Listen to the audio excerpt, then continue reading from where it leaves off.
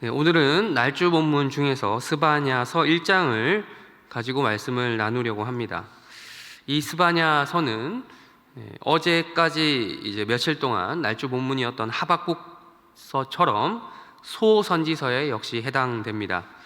우리 1절을 읽었지만 다시 한번 또 읽어보도록 하겠습니다. 1절 다 같이 함께 읽겠습니다. 시작. 아몬의 아들 유다 왕 요시야의 시대에 스바냐에게 임한 여호와의 말씀이라.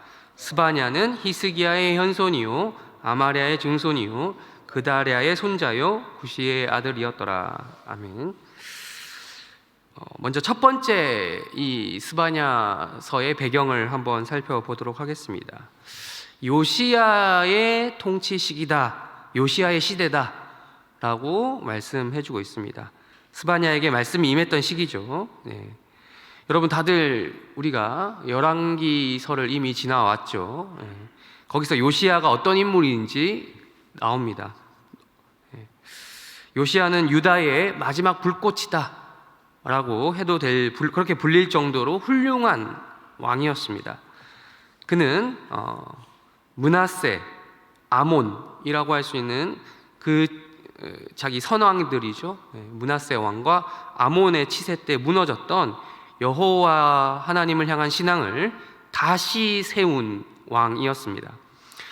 파괴되었던 성전을 수리하라고 요시야가 시켰던 거 기억하십니까? 그것을 이제 수리하다가 다시 되찾게 된 정말 중요한 물건이 있었죠. 율법책이었습니다. 그 율법책을 중심으로 유다 민족의, 유다 나라의 종교 개혁이라는 것을 주도했던 장본인이 바로 이 요시야였습니다.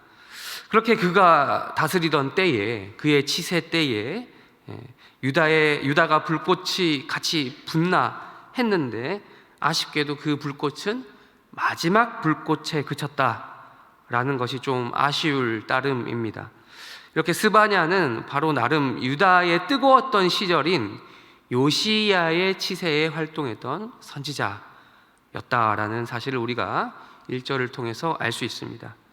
또한 이어서 두 번째, 이 스바냐가 어떤 사람이었냐에 대해서도 말씀은 가르쳐주고 있습니다.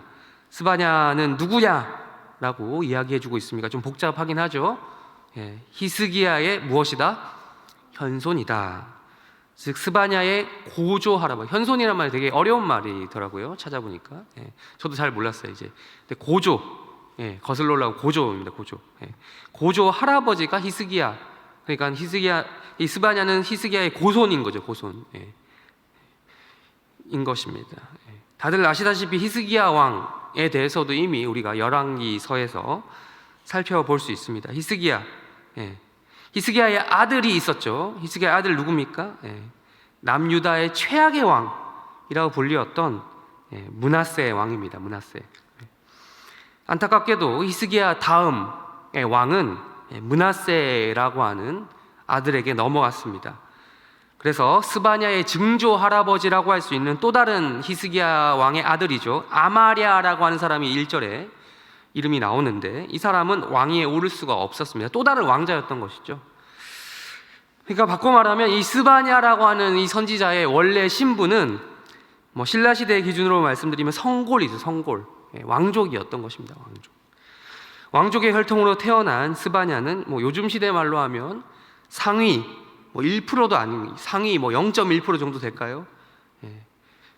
은수저도 아니고 금수저도 아니고 요즘엔 다이아 수저라는 말을 붙이더라고요. 다이아 수저를 입에 물고 태어난 사람과도 같았습니다. 왕족의 혈통으로 태어난 것이죠. 근데 이제 보면 스바냐만 이랬던 것은 아닙니다. 이와 비슷한 사람으로 이미 앞서 이사야 선지자 다들 잘 아실 것입니다. 이사야 선지자가 있습니다. 이사야도 이제 성경의 기록을 보면 궁전을 자주 들락날락 거리는 장면이 있습니다. 아무나 그럴 수 있었겠습니까? 아니겠죠. 왕을 아무나 접견하지는 않았을 것 아닙니까? 이사야도 아마 그런 행동으로 보아서 왕족 혹은 귀족의 신분, 최소한 귀족의 신분은 됐었을 것이다 라고 추정을 하고 있습니다.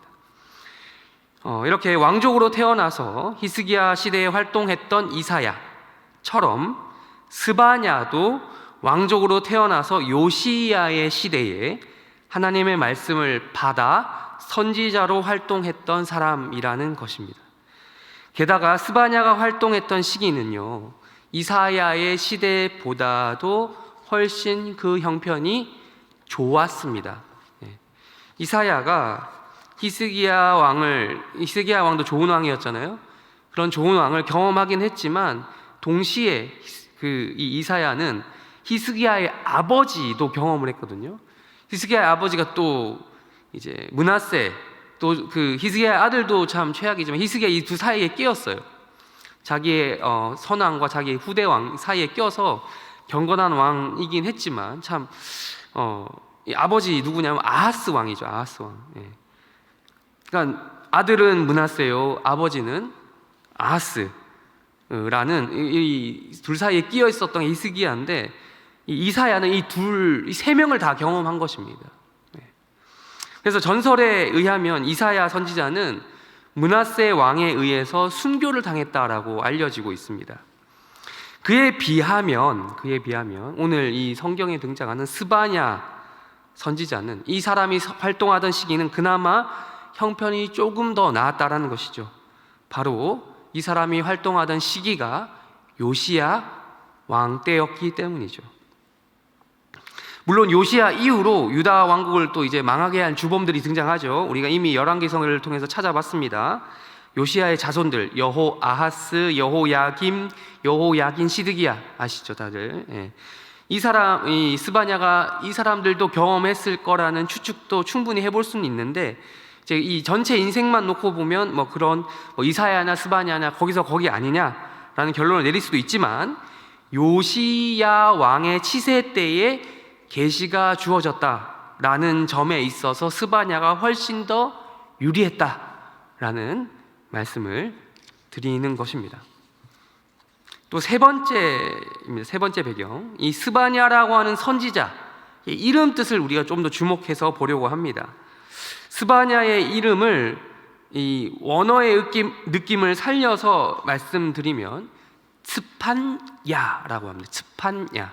이걸 한글로 바꾸니까 스바냐가 된 것이거든요. 츠판야.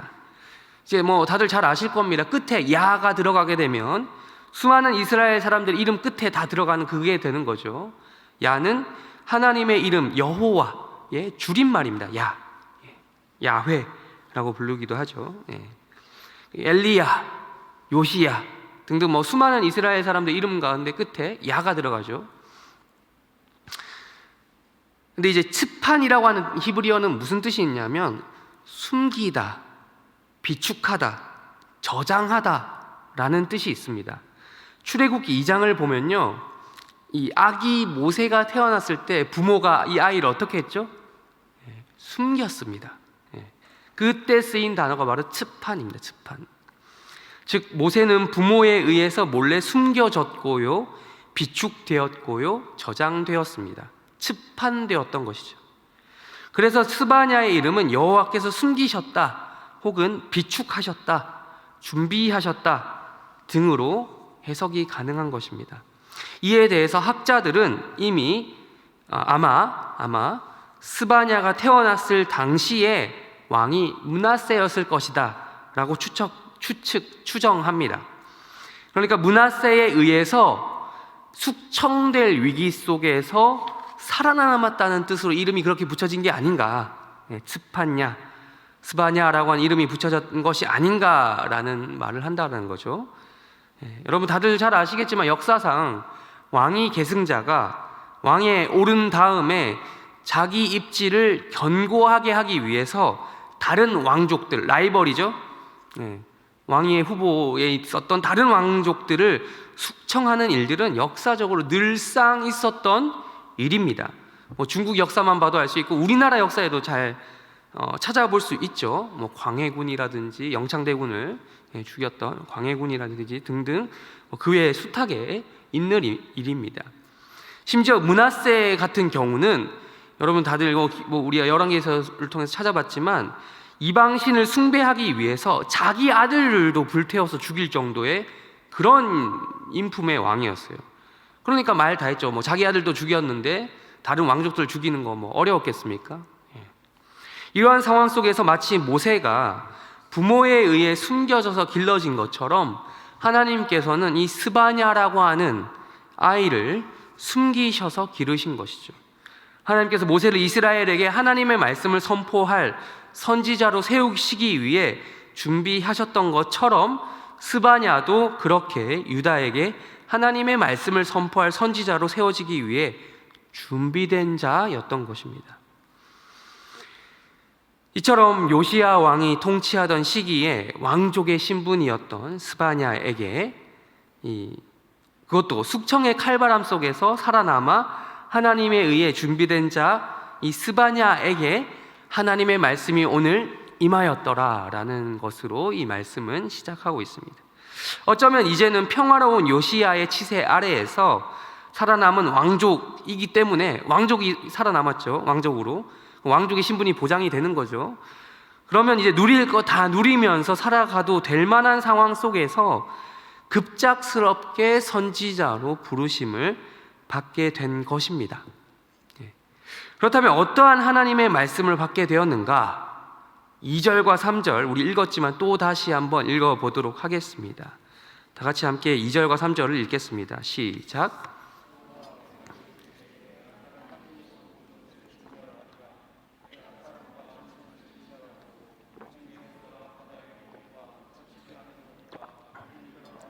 진멸할 것이라 내가 사람을 땅 위에서 멸절하리라 나 여호와의 말이니라. 아멘. 근데 참 이렇게 시작부터 무서운 말씀이 선포됩니다. 지금은 아하스의 시대도 아니고 므낫세의 치세도 아닙니다. 종교개혁을 성공시켰던 유다의 마지막 불꽃, 요시야의 때라는 말이죠. 영적으로 완전히 무너졌던 유다를 율법을 중심으로 다시 한번 하나님께 돌이키게 만들었던 그 요시야의 치세라는 거죠. 그런데 최악의 왕 므낫세의 폭정 속에서도 여호와께서 숨기셔서 살아남았던 이 스바냐를 비롯해서 스바냐만 살아남았던 게 아니죠. 사실은 모든 이스라엘 백성, 모든 살아남은 유다 백성들에게 하시는 말씀이 바로 2절과 3절처럼 무시무시한 말씀이었던 겁니다. 위로의 말씀이 아니었어요. 땅 위의 모든 것을 쓸어버릴 것이다 라는 말씀을 선포하게 하신 것이죠. 끝내버리겠다. 그럼 이 말씀 2절과 3절 읽으면 마치 창세기 어떤 그 한 사건이 떠올라야 됩니다. 마치 노아 시대가 떠올라야 한다는 것이죠. 노아 시대에 하나님께서 홍수를 보내시기 전 하셨던 말씀이 바로 이런 말씀이었잖아요. 그때는 말 그대로 정말 땅 위의 모든 것을 물로 다 쓸어버리셨죠. 지구가 망할 뻔했습니다. 하나님께서는 자신이 숨기셔서 준비시켜 놓은 선지자, 왕족이죠. 금수저라고 불리는 요즘에 성골 출신 스바냐에게 그때를 떠올리게 하는 무시무시한 말씀을 지금 전하게 하려고 이 말씀을 주신 것입니다. 생각해 보십시오. 이러한 말씀이 스바냐에게 주어졌다는 사실을 생각해 보십시오. 이렇게 모든 것이 멸절된다, 다 쓸어버리겠다라는 것은요, 곧 바꿔 말하면 그 세상이 망한다라는 것이고, 또 바꿔 말하면 사회가 전복된다라는 것입니다. 소위 여러분 이런 것을 잃을 게 없는 사람들 입장에선 이게 상관이 없어요. 세상이 전복되든 말든 상관이 없어요. 아니 그런 사람들은요 오히려 이런 세상을 더 바랍니다. 기대합니다. 세상이 한번 뒤집어졌으면 좋겠다라고 기대한다라는 거예요. 새로운 세상을 꿈꾸는 사람들은 언제나 누구였냐? 밑바닥 인생들이었습니다. 더 이상 잃을 것이 없는 사람들. 그런 사람들에게는 난세가 기회예요. 난세를 기회로 삼고 또한 그런 세상을 바라는 것이죠. 그런데 지금 이 말씀을 들은 사람은 스바냐란 말입니다. 왕족이었고 금수저. 이런 스바냐 같은 사람들은 그렇지 않죠. 지금 이 사회가 그대로 유지되는 게 최선이에요. 안정되고 유지되는 것이 최고입니다. 어느 시대나 어느 사회나 다 그렇지 않습니까? 기득권층에게는 그 세상의 틀이 그대로 유지되는 것이 최고의 시나리오입니다. 그럼에도 하나님께서는 바로 어쩌면 이 말씀이 가장 어울리지 않는 대상인 스바냐에게, 그것도 혹독했던 므낫세의 시절을 버텨내고 결국 살아남아 이제 좀 빛을 보며 살려했던 왕족인 스바냐에게 이 말씀을 주셨다라는 겁니다. 세상이 뒤집어진다라는 것이죠. 홍수 때처럼 다시 세상이 다 쓰러지고 초기화된다는 것이죠. 모든 것이 완전히 진멸된다라는 말씀을 하신 겁니다. 그 이유에 대해서 우리가 읽지는 않았지만 4절 이후로부터 1장 내도록 나옵니다. 시간이 없어서 다 읽지는 않겠지만 한번 보십시오. 4절 이후로 구구절절 설명되고 있는 바로 그 이유가 우상 숭배다라고 성경은 이야기하고 있습니다. 요시아에 의해서 종교개혁이 일어났지만 이게 정확히 시간적으로 아직 일어나지 않았을 가능성도 없는 것은 아닙니다. 요시아가 바로 왕위에 오른 다음에 하지 않았을 수도 있으니까요. 종교개혁이 일어나지 않았을 그때라고 한다면 더더욱 기득권층 사이에서 여전히 유행하고 있었던, 므낫세의 치세가 끝났음에도, 므낫세 아몬의 치세가 끝났음에도 여전히 유행하고 있었던 우상숭배 때문에라는 거예요. 므낫세 때나 아몬 때나 요시아 때나 하나님이 보시기엔 크게 다른 것이 없었다라는 것이죠. 하나님께서 이렇게 유다의 왕족들, 귀족들, 기득권 중심으로 모든 백성들 사이 그들의 삶 가운데, 생활 가운데 속속들이 퍼져 있었던 이 우상 숭배 문제를 끝내버리기 위해서 진멸의 방식으로 할 거다라는 이 예언의 말씀을 이 스바냐를 통해서, 그 사회의 상위 계층에 자리 잡고 있었던 스바냐를 통해서 전달하게 하셨습니다. 그 진멸하는 날, 심판하는 날이 우리 7절과 14절을 보시면, 읽지는 않겠습니다만 보시면, 눈으로 보시면 7절과 14절에서 말씀하는 여호와의 날입니다. 이 스바냐 전체의 주제, 한 단어를 꼽으라고 한다면 바로 여호와의 날이라고 하는 단어입니다. 이 여호와의 날이라는 말, 이 단어만 놓고 보면 이게 무슨 날이지? 이런 생각을 할 수 있는데, 이 여호와의 날이라는 말은 스바냐에만 나오는 게 아니라 이사야에도 나오고 에스겔에도 나오고 요엘에도 나오고 아모스에도 나오고 등 여러 선지서에서 등장하는, 똑같이 심판하는 날이라고 하는 개념으로 공통적으로 등장하는 용어입니다.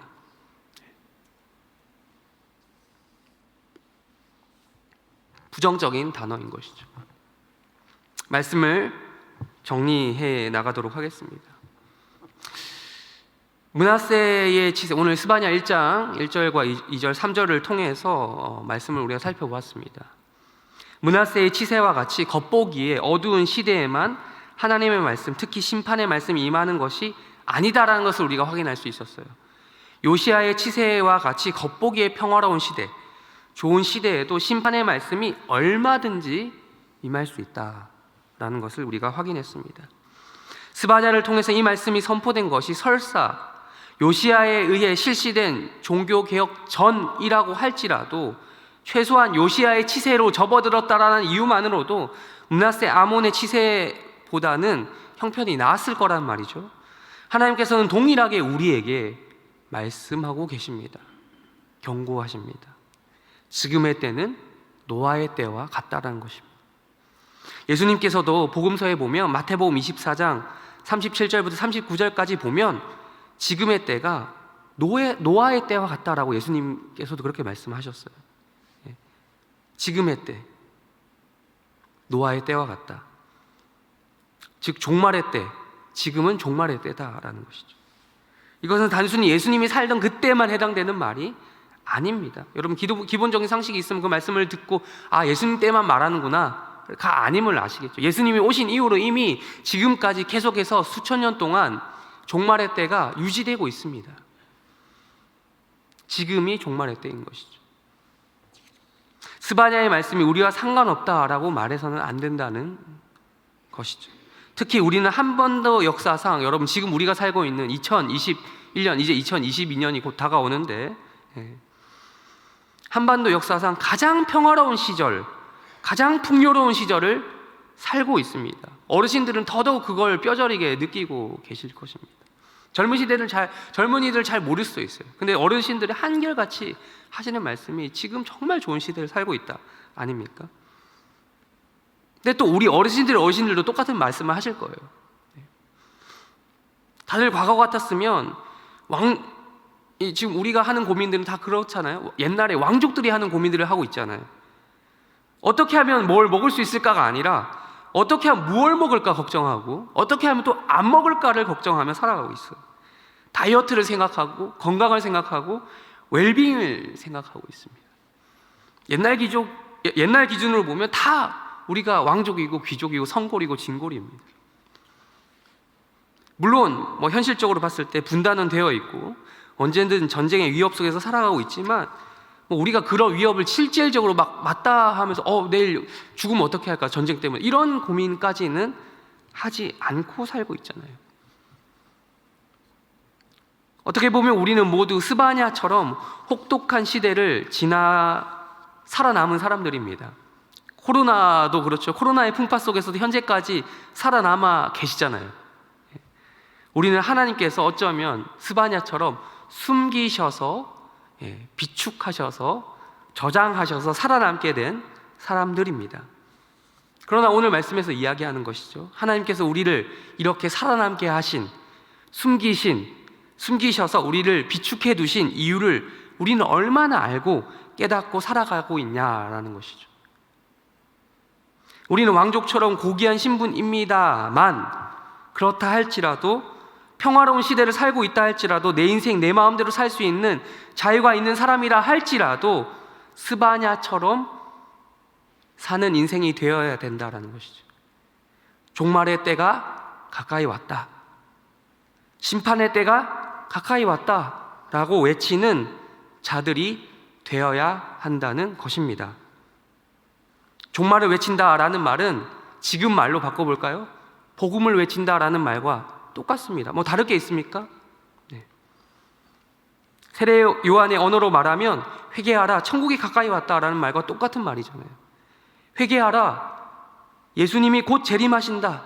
이것을 전하는 것이 복음 아닙니까? 네. 우리 모두, 우리 해림교회 성도들 모두 자유를 위하여 부르심을 입은 것은 맞습니다. 복음을 위하여 그 자유를 복종시켜 기쁜 마음으로 하나님께 순종하는 성숙한 모습이 우리 삶에서 나타나기를 바랍니다.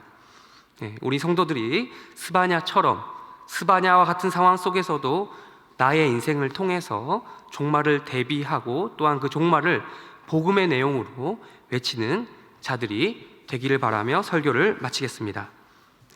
주기도문으로 기도하고 각자 개인 기도 제목 가지고 기도하시다가 때가 되면 돌아가시기를 바랍니다. 다 같이 기도하시겠습니다.